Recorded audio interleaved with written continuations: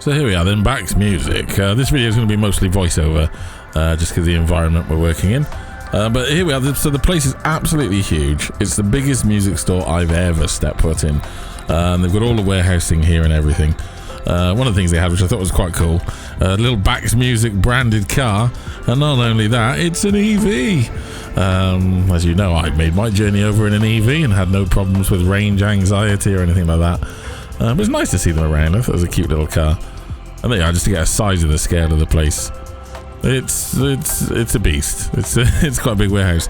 And that little shed on the right will be our stall for the show. So there's lots of work to do to get that ready.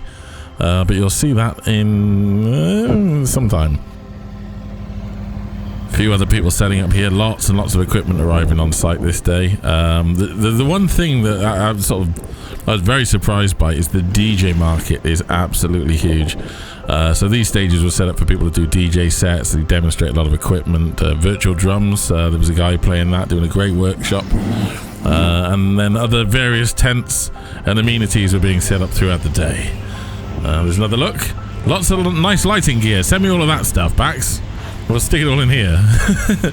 We'll upgrade. Some good sound systems as well. It was surprising when they were testing them out. They didn't run them that hot on the day, but those little speakers can really put out some volume. This was cool. This was the booth opposite ours, Electro Voice, who I'm a big fan of. In fact, I would love an EV-RE20 microphone if anyone from Electro Voice wants to send one in. But this was cool because they basically just dropped their booths off on the back of a lorry. It's quite an easy setup.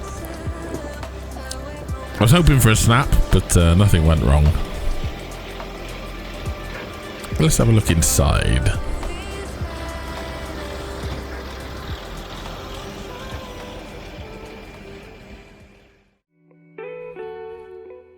Okay.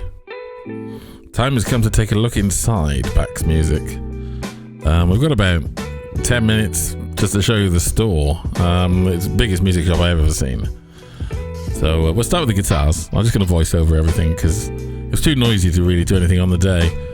I mean, the selection is what you would expect from a music store and more because it's just so much space.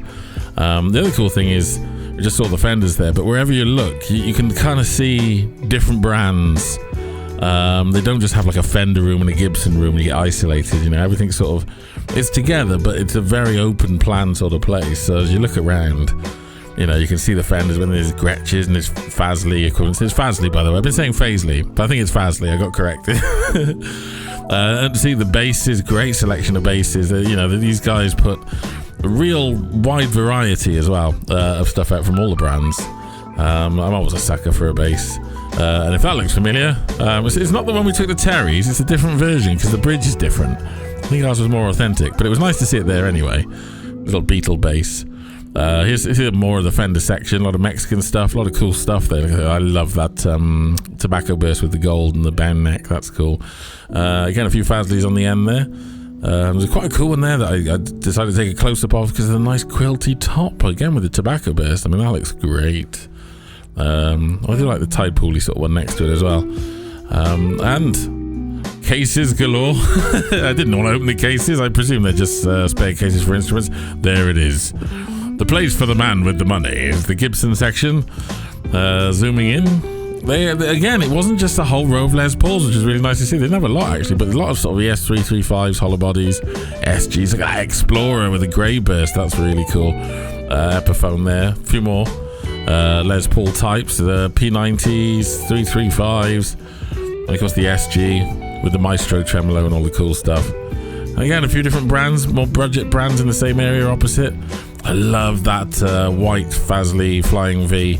And this was cool as well. Check this out. Scallop neck on a budget guitar. Not a lot of money. It's about the only place you're going to get a scalloped neck on a guitar that's sort of a £100 sort of mark. Ingve fans, look out. There's the green version of the pink guitar that we gave to Elsie. The hot rod, that was there as well. Very cool. The yellow one. Ukuleles. I was told ukuleles are very, very big in fashion, so they're here in the acoustic guitar market. Going to get all the acoustics covered as well. I didn't have a chance to try anything. I mean, this is sort of later in the day, and I had a job to do. So I wasn't able to just pick up guitars and make lots of videos. We had to crack on with getting the show together. But still, I managed to get these sort of sweeping tours so you can get an idea. I missed out loads of the store. There's a huge digital drum section I didn't go to and some other things.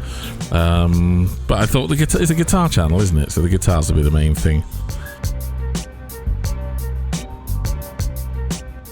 Nice selection of classical, nylon, flamenco, acoustic-y sort of guitars, as well as your usual steel. They did have, I found, backstage. They allowed me to go backstage and see all the cool stuff in the warehouse. I'll talk about it later. Guild.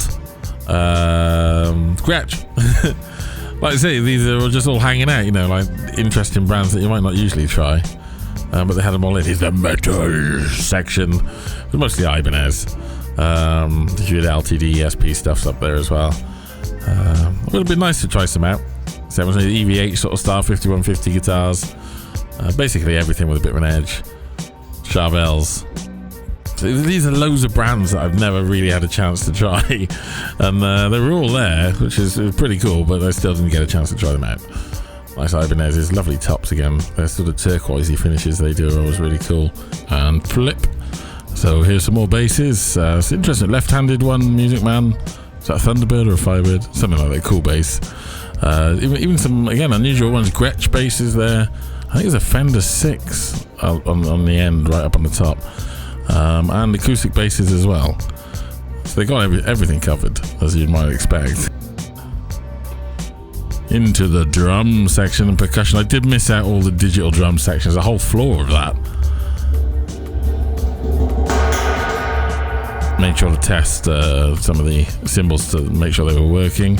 These things are really cool. I've always wanted to play a hang drum.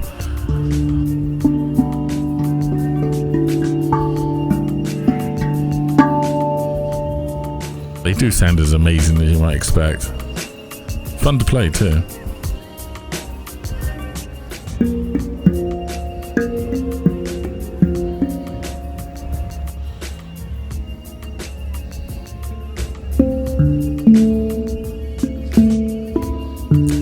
First one was my favourite, that blue one.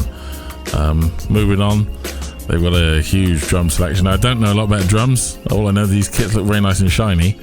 Good cymbal collection. I did run into a guy at the show actually that showed me some cymbals he bought. He's really happy with them. Got a Mapec. No, it's a Gretsch, nice Gretsch kit. Don't know much to say about drums. Isn't it lovely? Ooh, look, drums. More drums. That's the green Mapex. There's the Mapex. I knew there was one there somewhere. Pearl kit. See, again, they got all the brands. Tama. You can try pretty much everything else. And of course, Drummers Workshop. TW. It's Analog Corner. In fact, there was loads of keyboard stuff. The analog stuff coming a bit later, but this is a really impressive selection of stuff they had. There's a Ginos there. Look, there's one for Mark Dennison. Can have that one. A whole pile of Nord keyboards, the piano, the electro. Is it the Wave? I think Terry can have all of those. The Nord Grand with speakers, and then some Hammond stuff. Digital Hammond, and this, the full console Hammond. What a beauty she was. I had to have a go.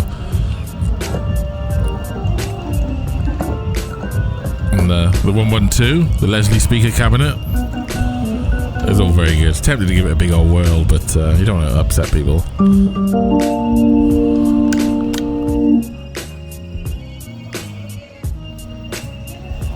That was great. Love to have one of them. Here's the more analog corner sort of thing. The actual... a lot of it was Behringer copies, to be honest, for like the Mini Moog and the ARP and the 2600, but some impressive Dave Smith stuff there. Lots of modulars and semi-modular things. People with patch bays and oscillators and sequencers, and that was really cool. A Behringer copy of ARP 2600. Wanted that. And then they also had quite a big selection of DJ stuff. Oh, there's some more Behringer's rip-offs. But yeah, they had MIDI controllers and MIDI pads and iPads you could set up and play around with. A lot of digital keyboards, 88 key jobs. And stuff for DJs as well. I didn't cover too much of this. It was really noisy down this end, to be honest. But yeah, so they had all the DJ gear, the virtual decks. I don't really understand any of this stuff. Katrina Dennison would understand it. Ask her. And MIDI keyboards galore. So again, huge selection. And the other thing is, I don't know if you've noticed this, everything is powered. Everything is turned on. You don't have to ask anyone. You can just kind of go up and try stuff as you want. Here's a little bit over to me. I'm not going to do many of these in-video pieces because it's quite loud in here. But check this room out, right? Look at this. It's a microphone testing booth.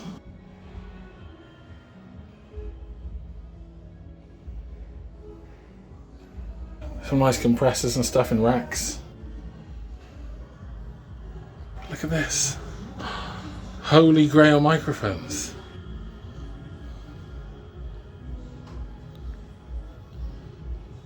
And there's our old faithful at the LeWitt.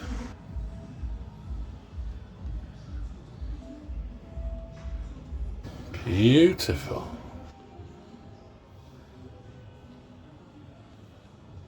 What do you do when you want to know what speaker you need? Speaker testing booth, baby. Look at that Adams. Some real nice Adams speakers in here.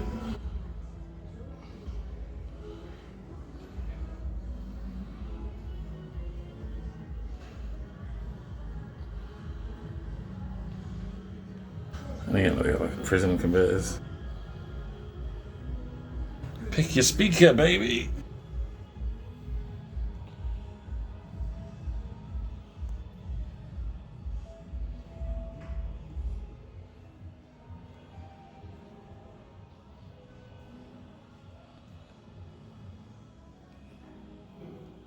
Bass